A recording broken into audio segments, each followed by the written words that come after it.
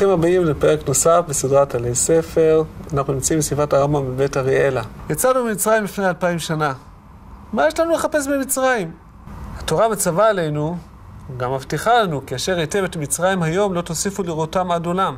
כלומר, מה אתה מחפש במצרים? אבל אף על פי כן, יהודים חזרו למצרים מסיבות כלכליות, מסיבות אחרות, והייתה קהילה מפותחת מאוד במצרים במשך מאות שנים.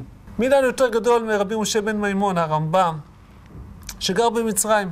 אומנם רבי אשתורי הפרחי, הנושא הישראלי הקדום, בספרו כפתור הפרח, מספר לנו כשהגיע למצרים בדרכו לארץ ישראל, פגש את אחד מבני בניו של הרמב"ם, רבי שמואל, שסיפר לו שהרמב"ם היה כותב בסוף כל איגרת,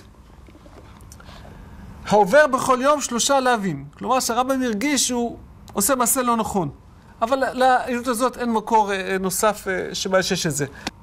מסופר על הרב עובדיה יוסף שנשאל שאלה, כשהייתה ועידת קהיר אחרי הסכמי קמפ דיוויד, האם מותר לעיתונים לנסוע שם, וגם הוא אמר, המציאות מוכיחה שיהודים חיו במצרים אלפי שנים.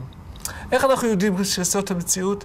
מהגניזה הקהירית. הגניזה הקהירית זו גניזה שנמצאה בבית כנסת עתיק בקהיר, בפוסטט, בקהיר העתיקה, ושם נמצאו מאות אלפי מסמכים לאורך מאות שנים שנגנזו בעליית הגג של בית הכנסת.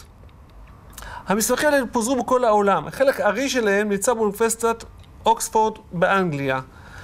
בשנים אלה ישנו פרויקט חדש, בינלאומי, שנקרא פרויקט פרידברג לחקר הגניזה, שמנסה לצרף את כל הדפים המפוזרים בכל העולם ולנסות לראות מה היה בגניזה בצורה מסודרת.